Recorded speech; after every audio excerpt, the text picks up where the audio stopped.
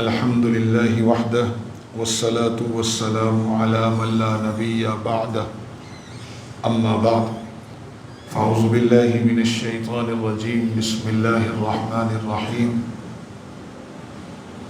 قل إن صلاتي ونسكي ومحياي ومماتي لله رب العالمين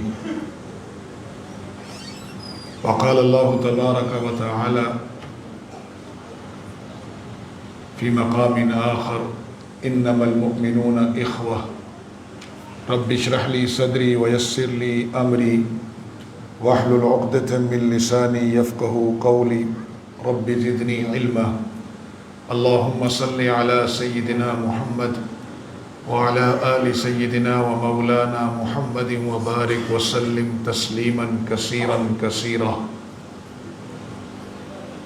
قابل صد احترام حضرات سامعین کرام، علماء امت،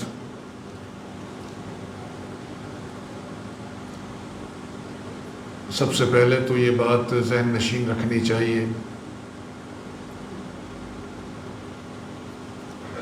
کہ اللہ رب العزت نے اس دنیا کا جو نظام بنایا ہے یہ ہر ایک کے لیے آزمائش ہے. الذی خلق الموت والحیات لیبلوکم ایکم احسن عملا.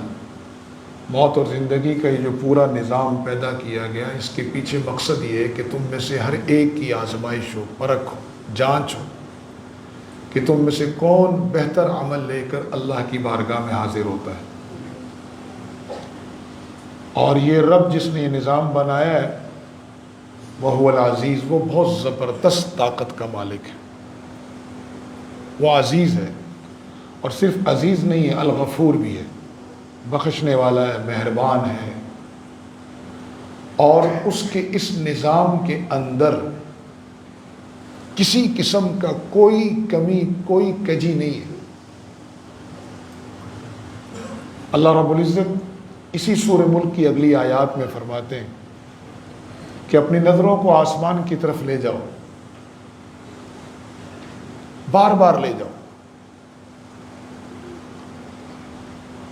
ينقلب إليك البصر خاسئا وهو حسير. بار بار دیکھو اس کی اس کائنات کو اور دیکھو کوئی کمی ہے اس میں، تو تمہیں کوئی کمی نظر نہیں آئے گی. جب اس کی بنائی ہوئی کائنات میں کوئی عیب، کوئی کمی، کوئی کوتاہی نہیں ہے، تو اس کائنات کو چلانے کے لیے اس نے ایک نظام دیا، اور اس نظام زندگی کا نام ہے اسلام. اور اس کو اللہ تعالیٰ نے پسندیدہ ترین اپنا نظام قرار دیا. ان الدین عند اللہ الاسلام. اللہ کے ہاں پسندیدہ ترین نظام زندگی وہ اسلام ہے. جب اس کی بنائی ہوئی کائنات میں، اس کے اس بنائی ہوئی خلقت میں، آسمانوں میں، زمین میں کوئی عیب نہیں، تو اس کے نظام میں کہاں سے عیب ہو سکتا ہے؟ تو اس کائنات کے ہر فرد کی بھلائی اور خیر وہ صرف اور صرف اللہ کے احکامات اور رسول اللہ صلی اللہ علیہ وسلم کے طریقے میں. اور جب بھی یہ انسانیت بحیثیت امت، حضرت کو جگہ دے. السلام علیکم. وعلیکم السلام. مبارک ہو، خیریت سے ہو. کیسے ہیں آپ؟ ٹھیک ہے آپ؟ اسپیشل یہاں جمعہ پڑھنے اللہ خوش رکھے.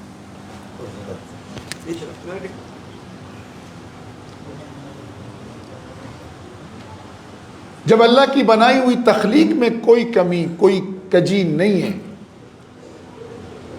اور مدتوں سے یہ آسمان ہے، لوگ اس کو دیکھ رہے ہیں، ریسرچ کر رہے ہیں، کوئی کوتاہی نہیں ہے، تو اس کے بنائے ہوئے، اس کے بھیجے ہوئے نظام میں بھی کوئی کمی، کوئی کجی نہیں ہے. جب بھی امت نے اللہ کے نظام کو بطور نظام زندگی اپنایا، ان الدین عند اللہ الاسلام کو اللہ کے پسندیدہ دین کو اپنا پسندیدہ نظام بنا کر اپنی زندگی کا عمل بنایا. اللہ نے اس امت کو عروج بخشا.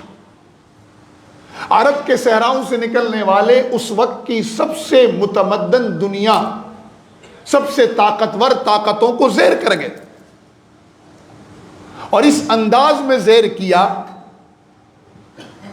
کہ علم، عمل اور جد و جہد کا اتنا خوبصورت امتزاج تھا کہ لوگوں نے صرف ان کا مذہب قبول نہیں کیا، ان کی ثقافت، ان کے عادات و اطوار، ان کے اخلاق، ہر چیز کو اپنایا، حتیٰ کہ زبانیں تک بدل گئی.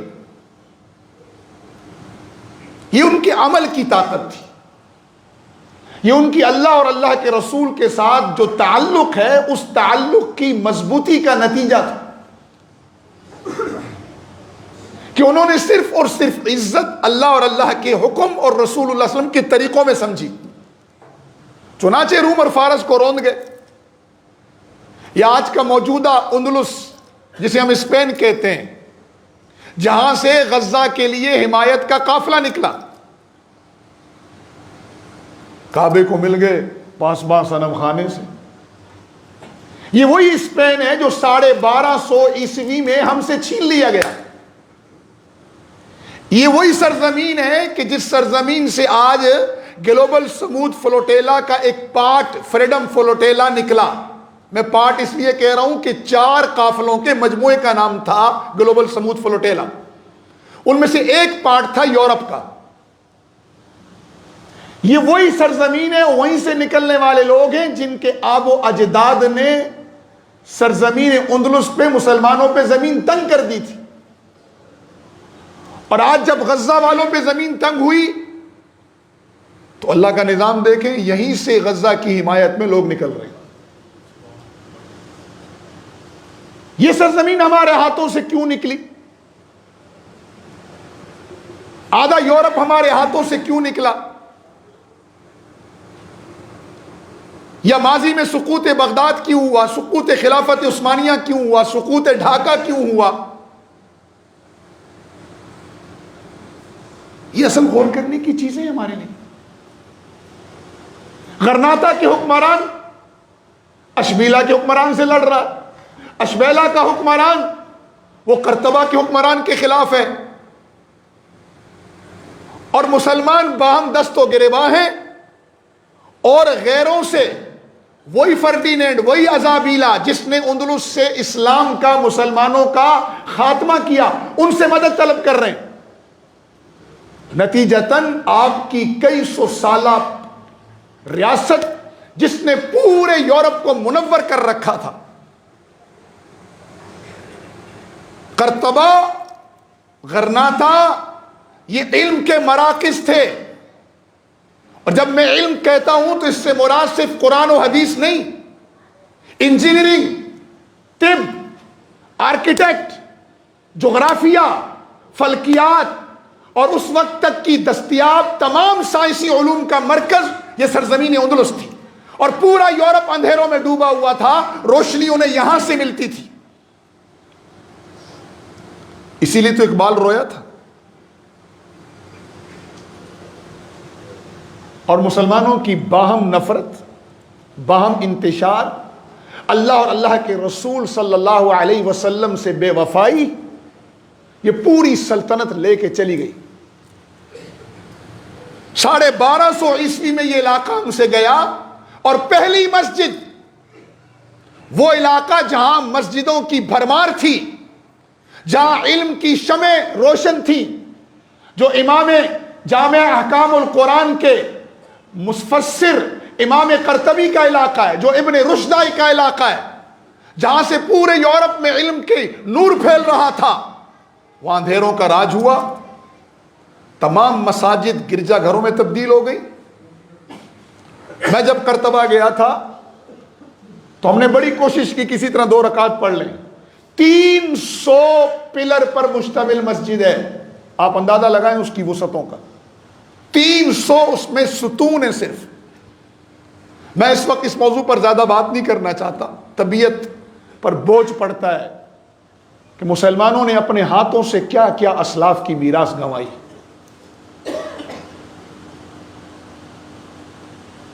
پہلی مسجد اس سرزمین پر 1972 میں بنی مراکش اور سعودیہ کے تعاون سے. آپ اندازہ لگائیں کہ مسجدوں کا نام و نشان تک مٹا دیا گیا.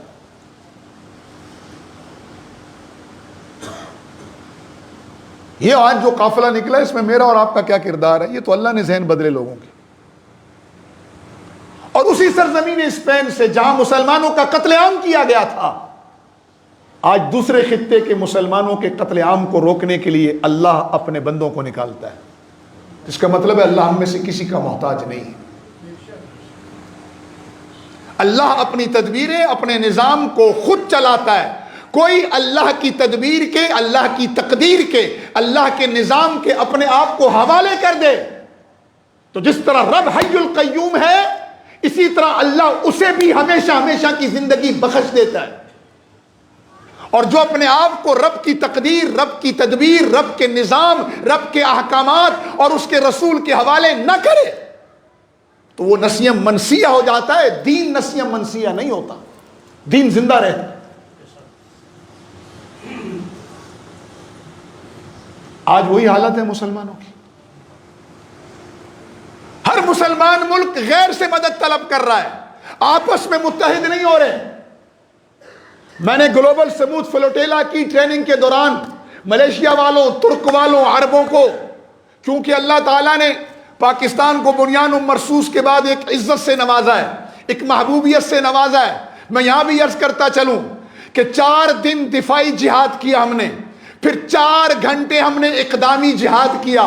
4 گھنٹے جہاد کا نتیجہ یہ ہے کہ پورے عالم اسلام اور پوری دنیا میں پاکستان اور پاکستانی قوم اور پاکستانی پرچم اور پاکستانی فوج کا سر بلند ہے. تو 4 گھنٹے میں اگر عزت مل سکتی ہے تو اگر یہ امت جہاد کو اپنا شعار بنا لے تو دنیا میں عزت صرف اسی کے پاس ہوگی. ہمیں سمجھ کیوں نہیں آ رہا؟ تو میں نے وہاں ٹریننگ کے دوران عرب بھائیوں سے، ترکوں سے، ملیشیا سے کہا کہ یار 60% غیر مسلم ہیں اس گلوبل سموتھ فلوٹیلا میں اور 40% مسلمان ہیں. ہماری سر آنکھوں پر یہ غیر مسلم کہ انسانیت کے رشتے کے ناطے یہ اٹھیں نکلیں. وہاں ایک خاتون نے جب دوران سیشن ایک تقریر کی اور کہا کہ اگر میں 100 کلو آٹا غزہ پہنچا دوں اور اس کے بدلے میری جان چلی جائے تو یہ سودا مہنگا نہیں ہے. تو ہم تو عبرت سے ہم نے ایک دوسرے کو کہا کہ یار ہم کیا جواب دیں گے اللہ کو اور اللہ کے رسول صلی اللہ علیہ وسلم کہ وہ نبی جو ایک اونٹ کے تکلیف پر، تڑپنے پر خود تڑپ اٹھا تھا، آج اس کی امت کا ایک حصہ برما میں تڑپ رہا ہے، کشمیر میں تڑپ رہا ہے، مقبوضہ کشمیر میں، اور ادھر غزہ میں تڑپ رہا ہے، کٹ رہا ہے. شام میں 1 ملین کٹ گئے. اس نبی کی امت نبی کو قیامت کے دن کیا جواب دے گی؟ میں نے تو عمومی طور پر اپنے لیے تو ہم ہدایت پر استقامت کی دعا مانگتے رہے کہ اللہ ہم سب کا خاتمہ ایمان پر فرمائے. ان کے لیے ہم نے ایک ہی دعا مانگی، اللہ ان کے نور، ان کے سینوں کو ایمان کے نور سے منور فرما دے. ایک 75-70 سال سے زائد عمر کی خاتون تھی، امریکن مس این.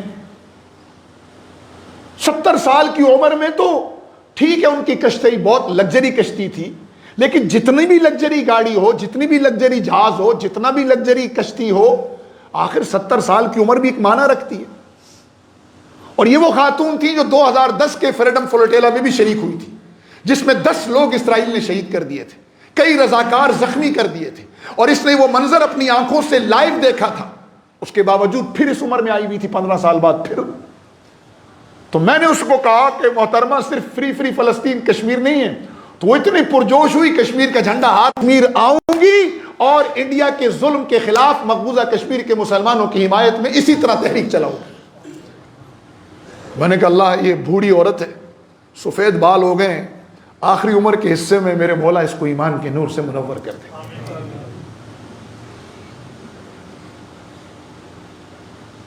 عرض کیا کرنا ہے؟ سفر کی کارگزاری سنانا مقصود نہیں، ہم کوئی کارنامہ سر انجام دے کر نہیں آئے. ہم تو بس صرف اور صرف حضرت ابراہیم علیہ السلام کی آگ جلی تھی تو وہ چڑیا چونچ سے قطرہ پھینک رہی تھی، ہم بھی بس وہ قطرہ پھینکنے گئے تھے کہ قیامت کے دن اللہ اور اللہ کے نبی علیہ السلام کے حضور شرمندگی سے بچ سکیں. کیونکہ اور کوئی راستہ نہیں تھا، جو ہمارا میدان ہے اس کا راستہ نہیں مل رہا تھا، تو ہم نے کہا چلو اسی میدان سے آگ بجھانے کے لیے کچھ نہ کچھ تو کریں نا۔ تو مسلمانوں، میں نے وہاں ساتھیوں کو جمع کیا تو بنیان مرصوص کی وجہ سے وہ پاکستان کو بہت رسپیکٹ دیتے تھے، پاکستانی ڈیلیگیشن کو بہت عزت دیتے تھے، عرب بھی، افریقی کنٹریز کے لوگ بھی، افریقن ممالک کے، تیونس کے، مراکز کے، الجزائر کے، اور اسی طرح غیر مسلم بعض یورپین ممالک کے لوگ بھی بنیان مرصوص کے بعد بڑی رسپیکٹ ہمیں دے رہے تھے۔ ہم تو بڑے چوڑے ہو کے پھرتے تھے، اور میں نے ساتھیوں سے کہا بھی یار ہم تو ادھر آپس میں ایک دوسرے کے خلاف گتم گتا ہیں، اور یہاں دیکھو ہماری عزت کتنی ہے، اور وہ اس کی دفاعی طاقت کی وجہ سے۔ مثلا ایک مرتبہ مجلس ہوئی، ہم نے ہمیں امت کی ذمہ داری ہے کہ وہ توازن کو برقرار رکھتے ہوئے زندگی کے ہر شعبے کی اصلاح کریں، اپنی بھی کریں اور ہر شعبے کی اصلاح کریں۔ یہ انسانوں کا معاشرہ ہے، یہاں اونچ نیچ ہوگی، قابل اصلاح امور ہمیشہ نظر آتے رہیں گے، ان کی اصلاح کریں، لیکن اللہ کا واسطہ اپنے نظام کو برباد مت کریں، قدر کریں ان چیزوں کی۔ ورنہ سقوط غرناطہ، سقوط خلافت عثمانیہ، وہ بھی تو اسی نعرے پر لگی نا، انا ترک انا العرب، میں افضل، ترک افضل، عرب افضل، اور نہ ترک افضل رہے نہ عرب افضل رہے، اور خلافت عثمانیہ کے بکھرے ہو گئے۔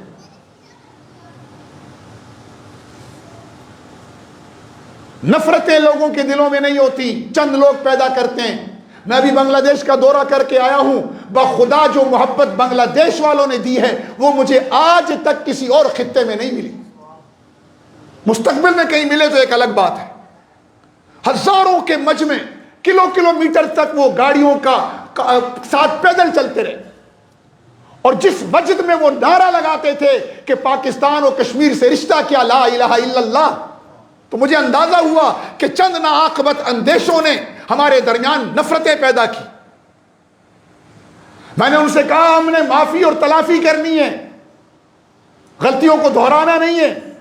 ایک مجمع میں شخص نہیں تھا جس نے کھڑا ہو کر کہا کہ ہم آپ کی بات سے اتفاق نہیں کرتے، سب نے کہا ہم اتفاق کرتے ہیں۔ دن میں کئی پروگرام کروائے انہوں نے۔ بابا ہم ایک تھے، ایک ہیں اور ایک رہیں گے، پوری امت۔ تو میں نے وہاں اپنے ترک بھائیوں سے، عربوں اور ملیشین سے کہا، یہ میری خواہش ہے، سن 2001 سے میں اس پر بول رہا ہوں کہ صرف عالم اسلام کے 5 ملک ایک ہو جائیں بس۔ اور اس کے پیچھے میرا ایک نظریہ ہے، ملیشیا اس کے پیچھے اقتصادی طاقت ہے، وہ دنیا کے اسٹرانگ ترین 10 طاقتور ترین پاسپورٹوں میں سے اور معیشت میں سے ایک ہے۔ دوسرا عرب، اللہ نے ان کو مرکزیت اور تیل سے نوازا ہے۔ تیسرا ترک، انہیں اللہ تعالیٰ نے وجن خلافت سے نوازا ہے، اور 600 سال انہوں نے دنیا پہ حکمرانی کی ہے، اور 400 سال خلافت قائم کی ہے، اور 3 بر اعظموں کے حکمران رہے ہیں، ایشیا، یورپ، افریقہ۔ چوتھا افغانستان، یہ ایشیا کا گیٹ وے ہے، اور 3 عالمی طاقتوں سے لڑنے کا تجربہ رکھتا ہے، اور 5واں وہ مملکت خداداد پاکستان، جہاں سے میرے رسول اللہ کو جس خطے سے ٹھنڈی ہوائیں گئیں، جس کی بنیاد لا الہ الا اللہ محمد الرسول اللہ ہے، ریاست طیبہ محمد الرسول اللہ صلی اللہ علیہ وسلم کی قائم کردہ پہلی ریاست کے بعد یہ دنیا کی دوسری ریاست ہے جو لا الہ الا اللہ محمد الرسول اللہ کے نام پر وجود میں آئی، جو مشیت الہی ہے۔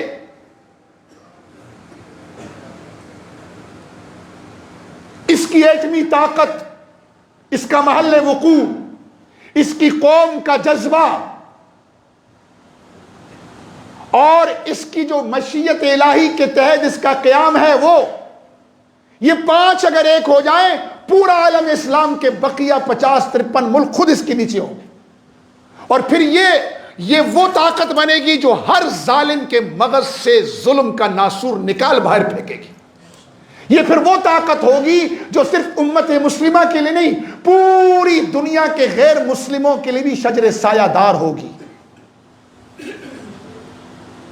اور مجھے لگ ایسے رہا ہے کہ شہداء کی قربانیوں کے صدقے، میں شہداء کی تقسیم کا قائل نہیں ہوں، یہاں کے بھی شہداء ہوں، تفصیل اس لیے نہیں جا رہا ہوں، وقت تھوڑا، امت کے شہداء کی قربانیوں کے صدقے اور غازیوں کی یلغار کے صدقے اور اسیروں کی جو قربانیاں جیلوں میں جنہوں نے دی ہیں، مجھے لگ رہا ہے میرا رب اپنے تکوینی نظام کے تحت انہیں خود اکٹھا کر رہا ہے۔ سعودی اور پاکستان کا معاہدہ ہو گیا، ہر چیز میں میخیں نکالنے والے میخ نکالیں گے، ہم تو مثبت سوچیں گے بھائی، ہو گیا معاہدہ۔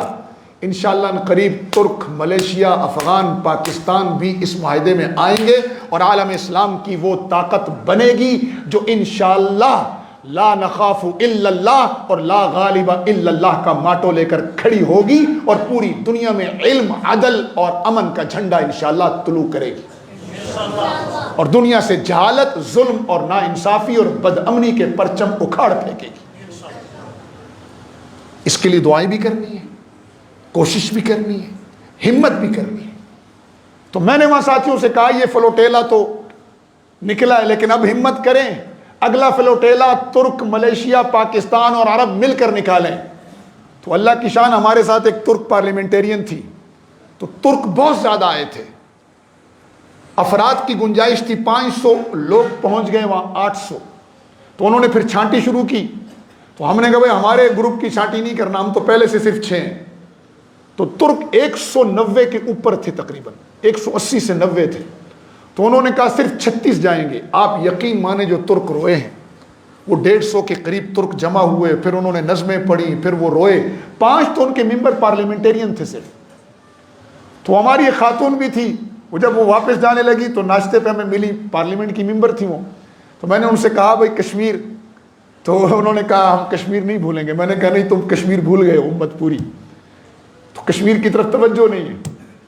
تو انہوں نے مجھے کہا کیسا مجنو وزیر ہے، ایک تو اس قافلے میں آیا ہوا ہے، دوسرا اس جگہ کی مظلوموں کی بات نہیں چھوڑتا۔ میں نے کہا حضرت مظلوم مظلوم ہے، چاہے غزہ کا ہو، چاہے برما کا ہو، چاہے مقبوضہ کشمیر کا ہو، چاہے شام کا ہو، چاہے وہ کافر مظلوم کیوں نہ ہو۔ میرے نبی علیہ السلام نے حضرت تشریف فرما ایک معاہدہ کیا تھا مکہ میں، حلف الفضول۔ وہ معاہدہ یہ تھا کہ کسی کو کسی پہ ظلم نہیں کرنے دیں گے، نا انصافی نہیں کرنے دیں گے۔ جب مکہ فتح ہوا تو اللہ کے نبی علیہ السلام بعد میں بھی فرمایا کرتے تھے کوئی مجھے اس معاہدے کی طرف بلائے گا تو میں محمد صلی اللہ علیہ وسلم اس معاہدے کی طرف لپک کر آؤں گا۔ تو غیر مسلم پر بھی ظلم ہو تو ظلم ہے۔ تو وہ میں نے ان کو کہا بھائی ترک فلوٹیلا نکالیں تو ہم ان کے ساتھ ہوں گے۔ اللہ کی شان، ابھی ہمارا فلوٹیلا سمندروں میں آخری مراحل میں تھا، اریسٹ ہو رہا تھا، کچھ نکل کے پیچھے کی طرف کشتیاں دوڑا رہے تھے، کچھ آگے، کچھ گرفتار ہو رہے تھے۔ تو ہماری یہ بہن ایک فلوٹیلا ترکی سے نکال کر، جس میں 90 لوگ مختلف ملکوں کے تھے، یہ ترکی سے پھر چل پڑی تھی، اور کل سے وہ محاصرے میں اسرائیل کے، لیکن اس کو اسرائیل روکا ہوا ہے، خالی گرفتار بھی نہیں کر رہا، کیونکہ اب امن معاہدہ ہو چکا ہے۔ ادھر انقرہ میں اس کی اسرائیلی سفارت خانے کے سامنے ہزاروں ترک جمع ہو چکے ہیں، پھر جن جن ملکوں کے لوگ ہیں وہاں کے لوگ ان سفارت خانوں کے سامنے جمع ہیں۔ تو اب اس کو سمجھ نہیں آ رہی صہیونی ریاست کو میں اس قافلے کے ساتھ کیا کروں۔ وہ کھڑا ہے سمندر میں، اسے گھیرا مارا ہوا ہے۔ تازہ اپڈیٹ میرے پاس کل تک کی یہ تھی کہ نہ گرفتار کر رہا ہے نہ آگے جانے ترکی میں۔ تو وہاں بڑی کانفرنس تھی، اس کا عنوان تھا غزہ مسئولیہ و انسانیہ، کہ غزہ امت مسلمہ، غزہ مسئولیہ اسلامیہ و انسانیہ، کہ مسلمانوں کی اور پوری انسانیت کی جواب دہی ہوگی غزہ سے متعلق۔ تو میں نے وہاں عرض کی تھی کہ غزہ و کشمیر لم تنکسر ولن تنکسر، کہ نہ یہ گرا ہے اور نہ گرے گا۔ غزہ کہاں گرا ہے؟ غزہ نے تو سوئی ہوئی غفلت میں سوئی ہوئی امت کو کھڑا کیا ہے۔ غزہ نے صرف امت اسلامیہ کے 2 ارب مسلمانوں کو نہیں، بلکہ غزہ نے 7 ارب انسانوں کو کھڑا کیا ہے۔ غزہ نہیں گرا، غزہ نے عالم اسلام کو کھڑا کیا، عالم انسانیت کو کھڑا کیا ہے۔ غزہ تو وہ قربانی دے گیا، اہل غزہ نے وہ تاریخ رقم کی ہے کہ جس نے پوری انسانیت کو کھڑا کر دیا ہے۔ غزہ نہیں گرا، گرے تو ہم تھے، غزہ نے ہمیں بھی کھڑا کر دیا ہے۔ تو اس لیے عرض کر رہا ہوں کہ بعض لوگ حماس کے اس معاہدے کے خلاف باتیں کر رہے ہیں، یہ وہ کر رہے ہیں جن کا پسینہ بھی نہیں گرا۔ تم ہوتے کون ہو؟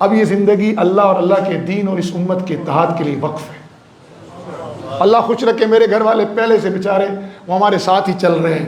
انہوں نے کبھی مجھ سے تقاضا ہی نہیں کیا، نہ وقت کا، نہ مال کا، نہ کسی اور چیز کا. بس کبھی کبھی بشری تقاضوں پر تھوڑی تھوڑی ناراضگی دیتے ہیں، اتنا ان کا حق ہے. لیکن جب سے یہاں سے آیا ہوں نا تو وہ اب سمجھ گئے ہیں کہ اللہ نے بیوہ ہونے سے بچا لی ہے، تو اب یہ جو کرتا ہے اس کو کرنے دو. تو اللہ ان کو بہترین جزائے خیر دے. گھر والے معاون نہ ہو بندہ دنیا کا کوئی کام نہیں کر سکتا، نہ دنیا کا نہ آخرت کا. وہ معاون ہو تو بندہ دنیا اور آخرت کا کوئی کام کرتا ہے. تو اللہ ان کو جزائے خیر عطا فرمائے، وہ ہمارے اس کام میں ہمارے معاون ہیں.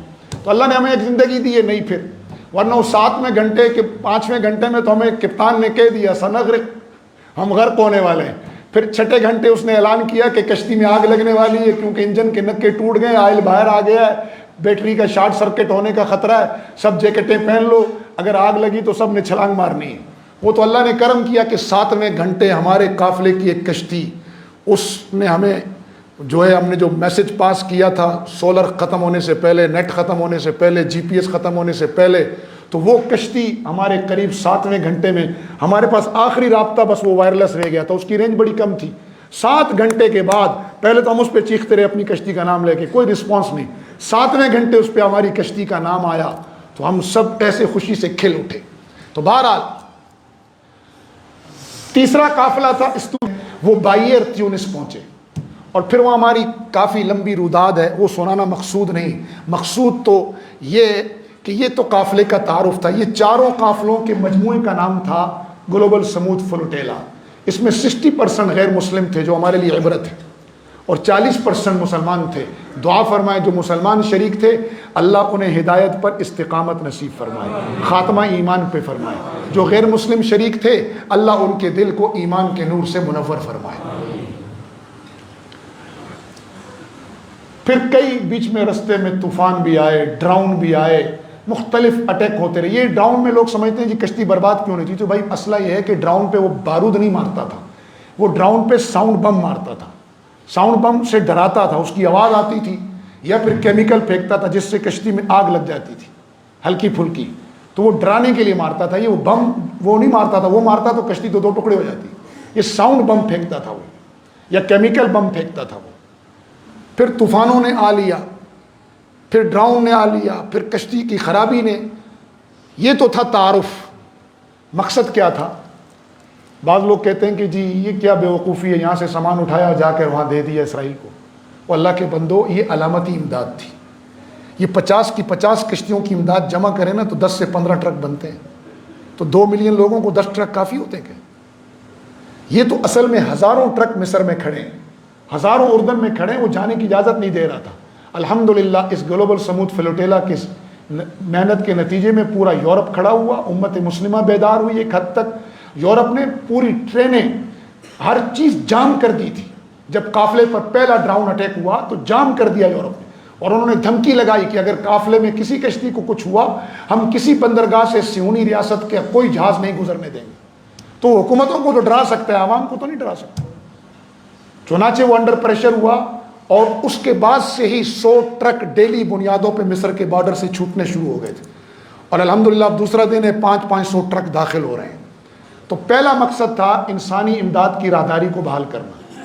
دوسرا مقصد تھا کہ جو نسل کشی جینوسائیڈ وہاں ہو رہا ہے اس نسل کشی کا چہرہ دنیا کے سامنے لانا، صہیونی ریاست کا مکروہ چہرہ دنیا کے سامنے لانا، تاکہ دنیا دیکھے کہ یہ صرف غزہ والوں کے ساتھ نہیں، یہ انسانی ہمدردی کی بنیاد پہ نکلنے والے رضاکاروں کو بھی نہیں چھوڑتا. تیسرا مقصد تھا کہ یہ جو ظالم حصار ہے اس کو توڑیں. اور چوتھا یہ تھا کہ پوری دنیا کے سامنے غزہ کے مظلوموں کی آس ٹوٹنے نہ پائے. چنانچہ آپ کو اندازہ نہیں ہے، ہمارا چونکہ فلاحی کام غزہ میں چل رہا تھا، میرے ساتھ ڈاکٹر اسامہ تھے، ان کا بھی کام چل رہا تھا وہاں. اندر سے ان کو ہمیں، چونکہ ہمارا نیٹ بہت اچھا چلتا تھا، وہ اسٹار لنک سے جڑی ہوئی تھی ہر کشتی، بہت اچھے طریقے سے آپس میں مربوط تھی ساری کشتیاں. پھر ہر کشتی میں 2 کیمرے تھے، بڑی کشتیوں میں 4 5. یہ جو آپ ویڈیوز دیکھ رہے ہیں کہ اسرائیلی آ کر کشتیوں پہ چڑھ رہے ہیں، پکڑ رہے ہیں، یہ انہوں نے تھوڑی بنائی ہیں، یہ ان کیمروں نے بنائی ہے جن کا ہیڈ کوارٹر سے رابطہ تھا اسٹار لنک کے ذریعے. چنانچہ وہ جیسی کشتی پہ قبضہ کرتے تھے وہ تو اسٹار لنک کاٹ دیتے تھے وہ، لیکن اس سے پہلے جو فوٹیج چلی گئی تو ان کو نہیں روک سکتے تھے. تو بڑا مربوط اور بہترین نظام تھا. کچھ خامیاں بھی تھی، لیکن نظام بظاہر بہت اچھا تھا الحمدللہ. تو یہ وہاں ہیڈ کوارٹر تک سب جڑے ہوئے تھے. پھر ہمیں کہا گیا تھا دستخط نہیں کرنے اگر پکڑے جاؤ, اور کسی بھی وکیل کو نہیں اپنانا جب تک ہمارے وکیل نہ آئے. 19 وکیل اس گلوبل سمود فلوٹیلا نے اسرائیل میں مقرر کیے تھے ہمارا کیس لڑنے کے لیے. چنانچہ ہر خطے میں تھے جو اس بارڈر پہ لگتا تھا. میری کشتی تباہ ہوئی, جب انجن فیل ہوا تو چلنے کے قابل نہیں رہی, اسے 20 سمندر میں چھوڑنا پڑا, تو ہمیں سیراکوزا جزیرے پہ اترنا پڑا. تو وہاں گلوبل سمود فلوٹیلا کی وکیل وہاں پہنچی اور اس نے ہمارا سارا پروسیس مکمل کیا 1 دن لگا کر, اور ہمیں ترکی کا اجازت نامہ دلایا سب کشتی والوں. تو سسٹم ان کا بڑا مضبوط تھا. لیکن مقصد یہ تھا کہ پوری دنیا کے سامنے اس بربریت اور اس جس نے چنگیز خان اور ہلاکو خان کی روح کو شرما دیا ہے وہ ظلم دنیا کے سامنے لائیں. الحمدللہ گلوبل سمود فلوٹیلا اس میں کامیاب ہوا, اور اب یہ رکیں گے نہیں قافلے. الحمدللہ میں نے اپنا نام پھر نئے قافلے میں لکھا دیا, وہ ترکی سے چلے گا انشاءاللہ اگلے کچھ دنوں تک, اور پھر ہم سفر کریں گے, اور انشاءاللہ اس بار غزہ کے مظلوم مسلمانوں کے منہ میں نوالا ڈال کر آئیں گے انشاءاللہ. اور یہ اس وقت تک ہماری جدوجہد جاری رہے گی جب تک پوری غزہ میں امن, آزادی اور علم کا سورج پھر سے پوری تابناکی کے ساتھ طلوع نہیں ہو جاتا. تو اے مسلمانوں, ہم ایک جسم ہیں. ہماری نماز, ہماری قربانی, ہماری زندگی, ہماری موت للہ رب العالمین, اللہ رب العالمین کے لیے جو سارے جہانوں کا پروردگار ہے. ہم نہیں اٹھیں گے تو علامہ اقبال نے کہا ہے نا کہ ہے آیا یہ فتنہ تاتار کے افسانے سے. مجھے شعر پوری طرح یاد نہیں کہ کعبے کو مل گئے پاسباں صنم خانے سے, پاسباں مل گئے کعبے کو صنم خانے سے. تو اگر ہم نہیں اٹھیں گے اللہ کا دین تو نہیں رکتا نا, اس کو اللہ کہیں اور سے کچھ لوگ کھڑے کرے گا جو اس کے دین کے محافظ بن جائیں گے. تو بہتر یہ ہے کہ ہم اپنے آپ کو اللہ اور اللہ کے رسول کے لیے پیش کریں. آپس کے علاقائی, جغرافیائی, لسانی عصبیت پر مشتمل, تمام مسلکی عصبیت پر مشتمل ان عصبیات سے پاک ہو کر نحن الامہ, وی آر امہ کے تصور کے ساتھ کھڑے ہوں, اور صرف امت مسلمہ کے مظلوموں کی داد رسی نہیں بلکہ غیر مسلموں کی داد رسی کا بھی ذریعہ بنے. چونکہ جمعے کا وقت ہے, وقت مکمل ہو چکا ہے. کسی ساتھی نے کوئی سوال کرنے ہو تو جمعے کے بعد ہم بیٹھ جائیں گے, ایک نشست اور لگا لیں گے. جنہوں نے جانا ہوگا وہ چلے جائیں گے, جنہوں نے کوئی سوالات جوابات کرنے ہوں گے ہم بیٹھ جائیں گے, اپنے بھائیوں کے سوال جواب کا انشاءاللہ سوالوں کے جوابات دیں گے جو ہمارے علم میں ہے, جو ہمارے بس میں ہے. اللہ تعالیٰ اہل غزہ کو یہ امن کی صبح مبارک فرمائے اور ان کی جد و جہد کو قبول فرمائے. ان کی عظیمت کی جو 2 سالہ داستان ہے, آنے والی دنیا اس پر ڈاکومنٹری بنائے گی, تاریخ لکھی جائے گی, اور آنے والی نسلیں ان کی عظیمت کی داستانیں سن کر اپنے ایمان کو جلا بخشیں گی. جیسے ہم صلاح الدین ایوبی, حضرت خالد بن ولید, حضرت زرار بن ازور, حضرت ابو عبیدہ بن جراح رضی اللہ تعالیٰ عنہ اور محمد بن قاسم کے قصے سن کر اپنے ایمان کو جلا بخشتے ہیں. آنے والی نسلیں وہ انشاءاللہ غزہ کے مجاہدین, غزہ کی عوام, غزہ کے علماء, غزہ کے بزرگ, غزہ کے صحافیوں, غزہ کی بچیوں کی جرت کی داستانیں سنیں گی اور اپنے ایمان کو جلا بخشیں گی. اس لیے مسلمانوں خاموش نہ رہیں, اپنے اپنے حلقوں میں پرامن طریقے سے جان دیے جان لگائیں, مال دیا ہے مال لگائیں, بولنے کی صلاحیت ہے وہ لگائیں, سوشل میڈیا کی طاقت دی ہے اس کو مثبت استعمال کریں وہ لگائیں, اور اپنے ملک کے اندر بھی امن و امان, استحکام پیدا کریں اور امت کے رشتے کو فروغ دینے کی کوشش کریں. منفی سرگرمیوں سے نکلیں, مثبت سرگرمیوں میں اپنے آپ کو لگائیں, اچھا سوچیں, اچھا عمل کریں. اللہ ہمیں اپنی رضا اور رضا والے اعمال اور رضا کا مقام جنت نصیب فرمائے. اللہ ہمیں اپنی ناراضگی اور ناراضگی والے اعمال اور ناراضگی کے مقام جہنم سے اللہ ہم سب کی حفاظت فرمائے. وآخر دعوانا ان الحمد للہ رب العالمین.